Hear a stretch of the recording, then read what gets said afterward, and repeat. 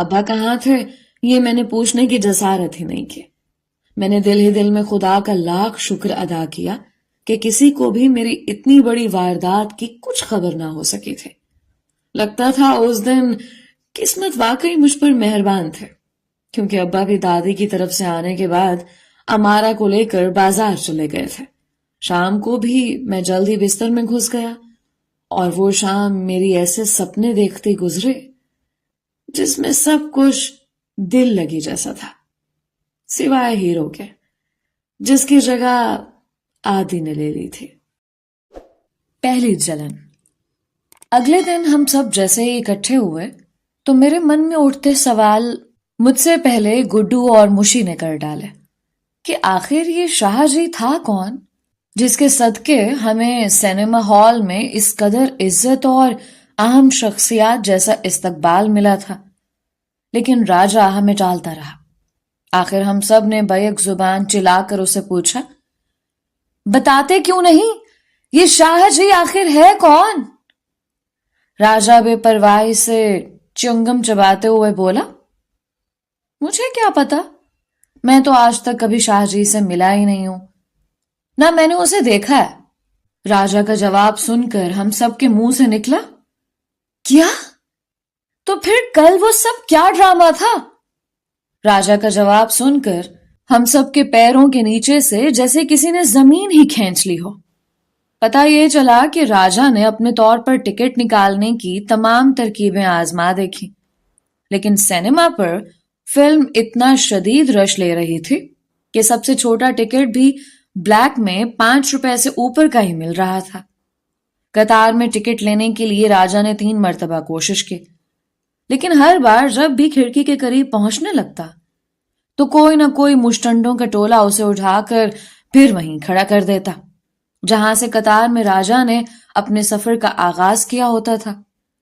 آخر راجہ مایوس ہو کر ہمیں یہ اطلاع دینے کے لیے اوپر بالکنی کی طرف آنے لگا کہ ہم آج فلم دیکھنے کا خیال دل سے نکال دیں، لیکن جیسے ہی وہ سیڑھیاں چڑھ کر بالکنی کی طرف آنے ہی لگا تھا کہ اسے نیچے یہ عمر رسیدہ شخص اور ایک دوسرا شخص باتیں کرتے سنائی دیے۔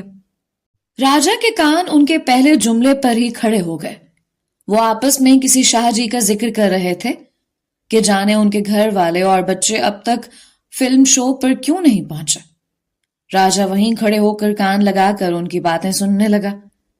پہلا شخص کہنے لگا، اب تک تو شاہ جی کے گھر والوں کو پہنچ جانا چاہیے تھا۔ عمر رسیدہ شخص نے بھی اپنی ہاتھ کی گھڑی کی جانب دیکھا۔ واقعی شو تو سمجھو شروع ہوا ہی چاہتا، اور پھر آج مجھے بھی گھر جلدی واپس جانا ہوگا۔ تمہاری بھابھی میکے گئی ہوئی ہے، نہ جانے بچوں نے پیچھے کیا ادھم مچایا ہوگا۔ میں تو شو شروع ہوتے ہی گھر کے لیے نکل جاؤں گا۔